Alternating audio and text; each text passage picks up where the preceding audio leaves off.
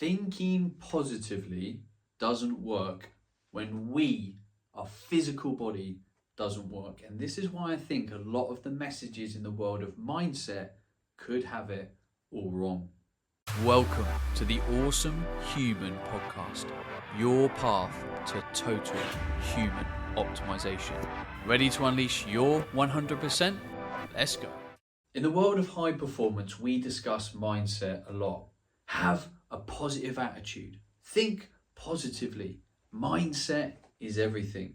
You hear these phrases a lot, but what if we're getting optimization, the loop between mindset and the physical body, wrong?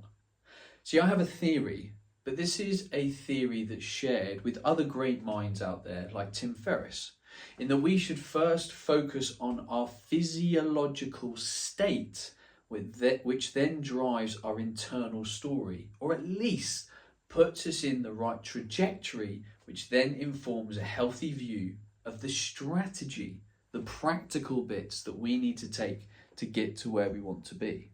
Now, before I get stuck into the show, I want to say thank you. This is the first sort of official episode with the format that this show will be going forward. The number one episode is like an intro to the show, what to expect, what I'm going to try and deliver. So thank you for honoring me with your time in listening to what I have to say. And I promise to be as practical, tactical, actionable, and inspiring as I can with what I'm going to deliver on the Awesome Human Podcast to help you be as awesome as humanly possible.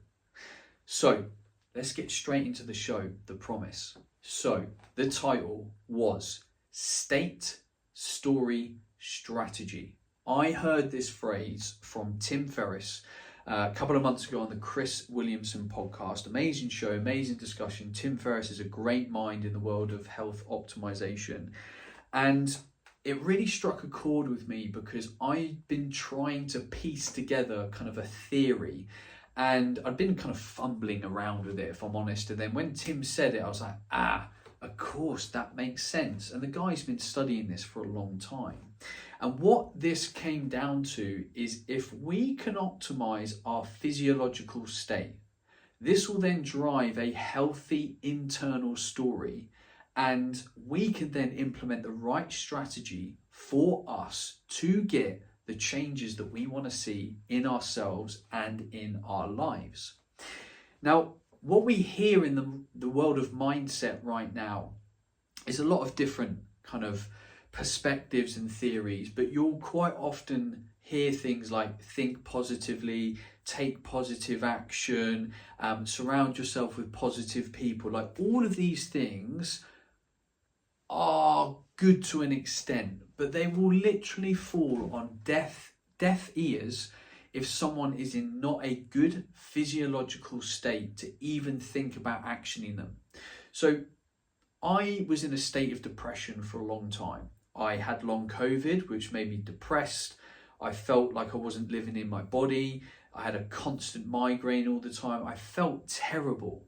So my internal story at that point in time was horrific. You would not have wanted to be in my head. It was very negative.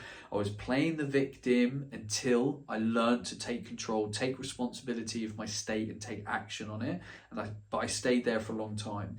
And when I was hearing information that would potentially kind of help me, it was very hard because my physiological state was far from optimal. And then I worked through that, and I had testosterone deficiency. Now, if you're a man and you don't have optimal levels of testosterone, you can feel depressed, low motivation, poor recovery, poor libido. You don't feel like you're living inside your body. It's a horrible place to be. You don't even feel joy.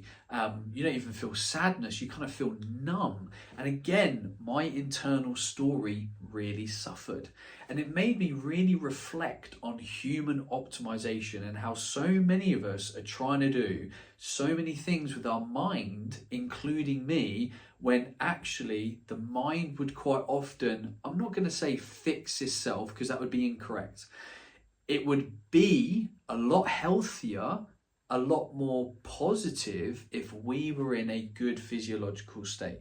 So what's a really easy example to visualize? Like if you get a really bad night's sleep, I find, and I will just speak from my personal perspective, if I get a bad night's sleep, my internal story can easily be negative if I let it. Now, I've done a huge amount of work on this and it rarely happens now, but in the years leading up to this point, it could very easily be negative. And it's such a simple thing for some to get right and have a better internal story by getting a good night's sleep. And then if we look at other things like nutrition and fitness and the health of our central nervous system, the health of our hormonal system, which are the 5 physiological pillars of being an awesome human, if we can optimize these, again, we can be in a more optimal physiological state. And I feel like I've experienced so much of these pillars and what not having them leads to. So I've been for a long period of not having good sleep because I've had conditions that have caused poor and irregular sleep and poor depth of sleep. And then I've gone through raising 2 young children. I have a 2-year-old and a 4-year-old. And as many of you know, young children don't sleep that great. And that's really affected me, really affected my health. And then over the last couple of years, because of the long COVID potentially and other things, I've had a lot more issues with food. So food sensitivities have cropped up for me, and I've had even more food sensitivities to deal with now.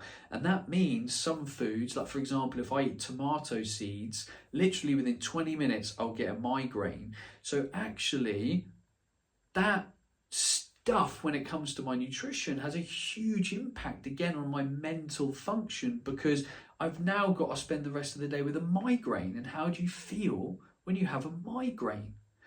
Fitness is something that I had to live without for a very long time. I couldn't exercise with long COVID. And then when I had testosterone deficiency, my exercise was minimal because I was really struggling to recover from it. And as we know, when we exercise, even if it's just a nice brisk walk outside in the sun, is great for our general well-being. We connect with nature, we breathe fresh air, we get blood pumping through our bodies, we release endorphins. I didn't have that. And then when it came to my central nervous system, so as you can see, I'm slowly working through the 5 physiological pillars of being an awesome human. My central nervous system was literally hardwired on when I had long COVID. And what that meant is I was in this fight or flight state. I was like kind of awake, but absolutely knackered. And I could just literally, if you were to, you know, when you stand under an electricity pylon and you, above your head, you can hear this like buzzing noise. That is what my central nervous system was like. It was hardwired on. And that meant I was flighty.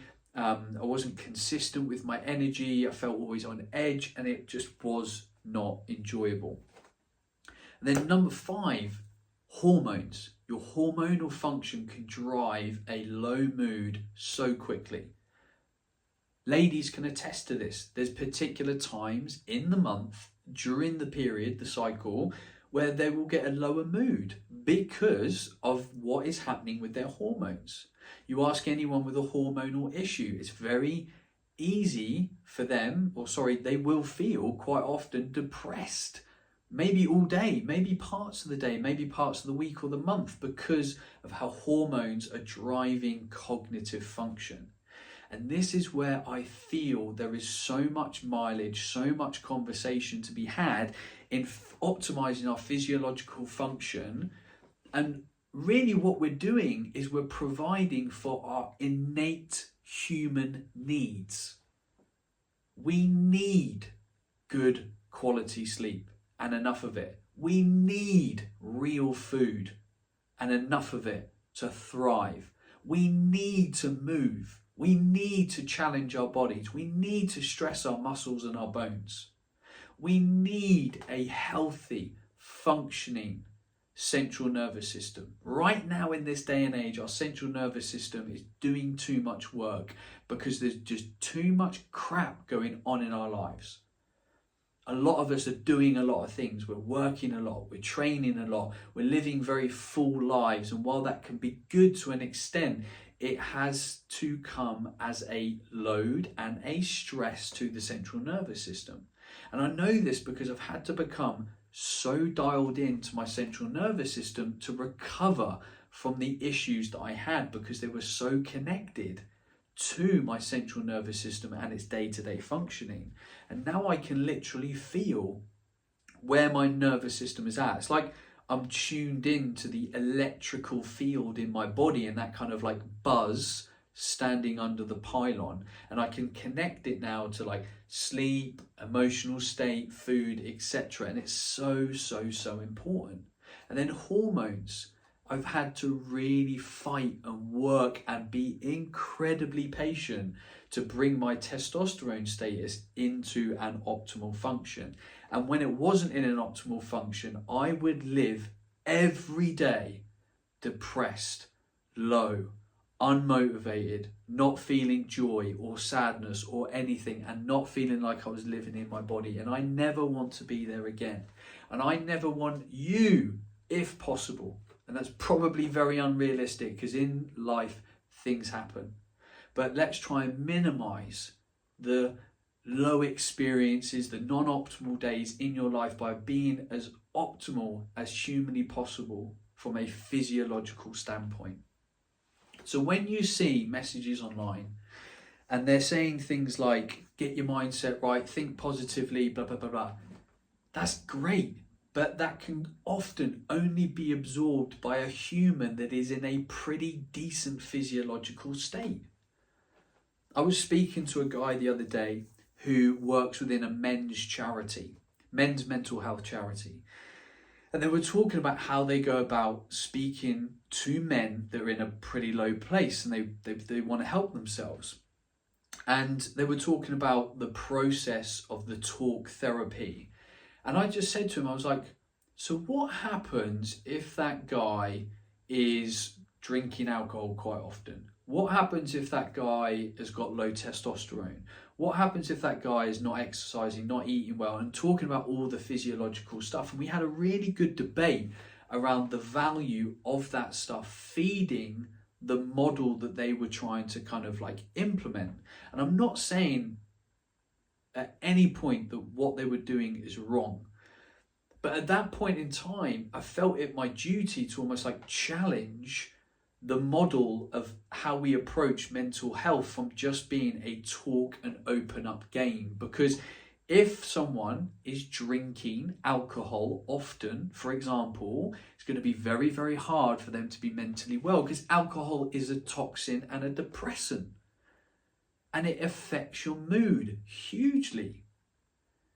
So really, that person going in and having talking therapy might only be like, I don't know, 5 or 10% effective, because actually if we remove the alcohol, which is a key component potentially of that person feeling low and unmotivated, all of a sudden we might not even need the talking therapy, because the physiological state is now in a more optimal place. It's the same with food. What happens when we don't eat well? Our blood sugar levels going up and down, we don't have good cognitive performance, yada, yada, yada. Same with sleep, same with our hormones. So the picture here for me, and what I want to start with in this show, is say, where are we at physiologically? Because if we're not in a good place, if I start to talk about some psychological aspects of human optimization, then it might not even work one iota, because we are not optimal. So when I come to look at the human body, what does the human body need? I repeat, good sleep, good nutrition, needs to move, it needs to be functioning internally well from our central nervous system and our hormonal perspective. Only when we do that stuff can it be probably 10 times easier to approach the mental body. And this is what I found on my journey. Some of the mental things that I've been trying to solve have been incredibly challenging when I've still been in a very difficult physiological state, very non-optimal physiological state. And as soon as I was able to kind of fix all of that stuff with food, with sleep, with medication from, doctors and stuff, was I able to move like literally very quickly with my psychological state. Now, one thing I will say about that is when you go through periods of time where there's big shifts happening for you, so, you have an illness, there is something big happening with like work or a family member in your life, the chances are you will have to do work psychologically to really kind of, like recalibrate what is new in your life. Because quite often when we have big changes, it changes almost like our identity, because so many of us internalize parts of our world and attach it to our identity. So for example, if you worked as like a police officer for 15 years and then you change jobs, that's a really big life move. And actually, it would be really important to spend time talking about that change to maybe a professional or maybe just a really good friend, because the chances are someone had bits of their identity wrapped up in being a policeman or policewoman, sorry. So we need to spend time recalibrating like who we are and what we do and why we do it, because it's not just as simple sometimes as making the changes. And the reason I say this is when I have been through, recovering from illnesses and then becoming a dad and then doing a bit of I'm not going to say a different job, but my job has evolved in my business.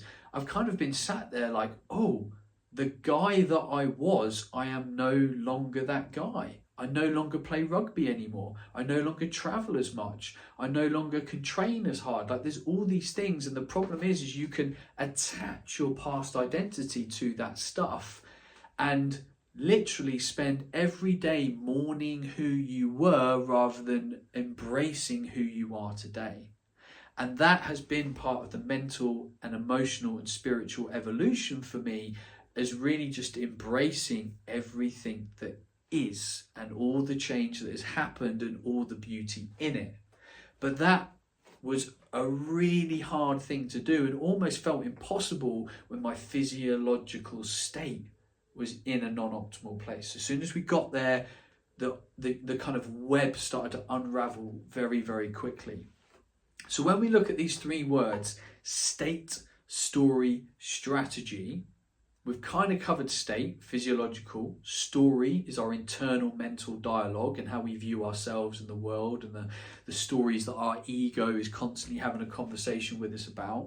When we look at strategy, that's essentially the practical bits of the puzzle, the things that we're going to do in our life to move ourselves forward. And if our state is not optimal, the story will be pretty negative, and the things that we implement probably won't be right or conductive, especially if you don't have good support around you. And this is the one thing that I'm very grateful for in the journey that I've been on. And don't get me wrong, I've gone out and sought these people, but some have also come into my life and I've embraced that, is I do think it's important to have amazing people around you to help you on this journey.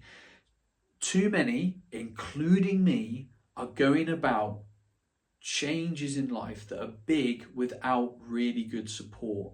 And the problem is we only have a pretty one-dimensional perspective, right? We only have our current life lessons to draw on. We currently have our ability and time to research things online to find information out. We only have what we have within us.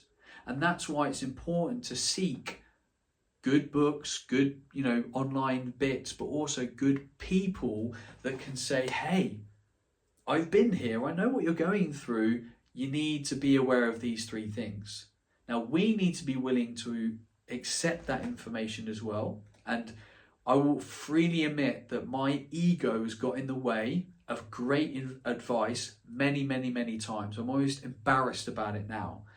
But and I suppose this has been a huge lesson from the journey, is I am an incredibly open and accepting book of information from people that I trust and respect, and really from all walks of life.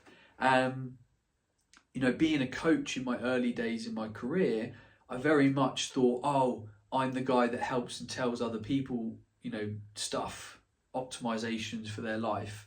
I kind of know more, so to speak. And I did. I had a big ego when I was a younger guy. And I've really tried to break that down and let go of as much as humanly possible. It's a work in progress thing for me, so that I can allow the beauty and the knowledge and the experience from all the incredible people out there in the world to come into my life and into me, so that I can help myself, but also widen my perspectives, understandings and knowledge base to help other people. And if you don't have other great people in your life, the strategy will probably not be optimal. You and me are probably pretty everyday people. I think I'm a pretty everyday guy. I don't do that many dramatically wild things, like spend most days raising my kids, doing a bit of running a business online, and then a bit of fitness in the afternoon, and go for a walk and walk my dog and eat some food. I'm pretty simple guy. So when it comes to the strategy that we would look to implement without good people in our lives, it's like walking down a road that is in the middle of the countryside. It's single track, there's really high trees around us, and it feels really literally a single track road. But when you have great people in and around you, it's like that road opening up to an intersection. There's like now 8 different directions, and it's like these people can start to help you go, oh, well, I think you need to go down this road, and I think you need to take this path, and let's hop over the gate here and go over here, and you get your destination more effectively because you're using the wisdom, the insights, the experience of amazing people in your life. And this has happened to me so many times where my ego's been punched in the face because I've been like, oh, I know what I'm doing here, I'm going to walk this road. And then I end up meeting someone and they're like, whoa, hang on, why are you doing that? Like, have you not thought about this? And I'm like, oh my God. And the only thing that got in the way is my ego, thinking it knew it all, it had it all sussed out. So it's so important when it comes to the strategy side and, the people in your life, like, to just help you get it right. And you will struggle with this when your physiological state is not optimal, because you will become more internal. So what I mean by this is, when I was ill, I was very internal. I was living introspectively a lot. I was like stuck in my head. And because I literally spent so much time there, I literally got used to like trying to solve my own problems and chewing through all this stuff by myself, rather than sticking my head above the parapet more and, speaking to amazing people to help me with the stuff that I needed help with. And this is why it's so important that physiological readiness drives psychological function, which then drives the actionable strategy, because I believe the continuum of effectiveness is so much greater when you work first at physiology, to then psychology, and then to action. Now, there are so many practical things that I could try and share with you that would motivate you to kind of do this. But I think intuitively, if you were to listen to yourself, you already feel this. And I do think there's a huge lack of intuition problem in the world. So many people are trying to solve all their problems with information and head first thinking rather than heart first thinking. If you spent time being quiet, just listening to yourself, what does your heart say? What is your heart telling you to do? Not your head, not information, not other people. What's your heart telling you to do? When we can tap into this, the journey is so much more meaningful and pure and correct for us, because we're leading our own story rather than the influences and information and the head and brain going, oh, I think I should do this because it's maybe socially more acceptable or culturally more acceptable or just like the done thing. If we can listen to our heart more, it can guide a far more powerful story. So I think if you were to listen to your intuition, this information, I'm hoping, should feel right. It should kind of make sense. And on a practical level, if we don't do this stuff right, a lot's affected. when I wasn't in a good physiological state, I was a bad husband, I was a bad father. And I look back on some stuff and I'm not proud, but I did try and do the best that I could with the state of mind that I had. And I'm so glad I've worked through it, because my state of mind is 10x better and I'm a 10x better dad as a result of it. I was a really bad leader. I made so many bad decisions. And if you look at my business financially, I reckon we lost over that period of time about £500,000 because of the trajectory we were on, and then the trajectory that we ended up on because of all of my bad leadership decisions, because I wasn't physiologically in a good place, which was driving poor mental performance, which was feeding in to the people around me that work for me, run the business, etc., etc. And I can give you so many stories of how we do not turn up to life in the best way possible when our physiological performance is far from optimal. So today I want you to think about state, story, strategy. If you keep trying to bang your head against the wall, trying to affect your internal story, your dialogue that you have with yourself, perhaps it's time to put more effort and focus and attention on physiological state, because you might find it loops round a lot easier. Now, of course, in the future, I'm going to talk way more about psychology and wrapping more into this conversation. But for now, just think about that. And if you want to know what is going to drive better physiological performance, the big levers are sleep, nutrition, fitness, central nervous system performance, and hormonal health. Now, if you want help with that, I've written a new book and you can read it. It's called The Awesome Human Blueprint. It's very simple. It's a 26-page guide that basically says, look, science says, wrapped up with a bit of my coaching experience, that if you do these things, you will drive better physiological performance. It's just 26 pages. It's a PDF. You click the link in the description of this podcast and you can download it. It's 100% free. I'll send it to you on email. There's no hidden things. You can just get the guide and use it. And that hopefully is my gift to you today, on top of all the information that's coming on this podcast to help you drive optimizing your physiological performance. Right, that's it from me. Go download the blueprint. If you've got a friend that you think would enjoy it, please send it on to them. Otherwise, I hope you've enjoyed podcast number 1 of the Awesome Human Podcast.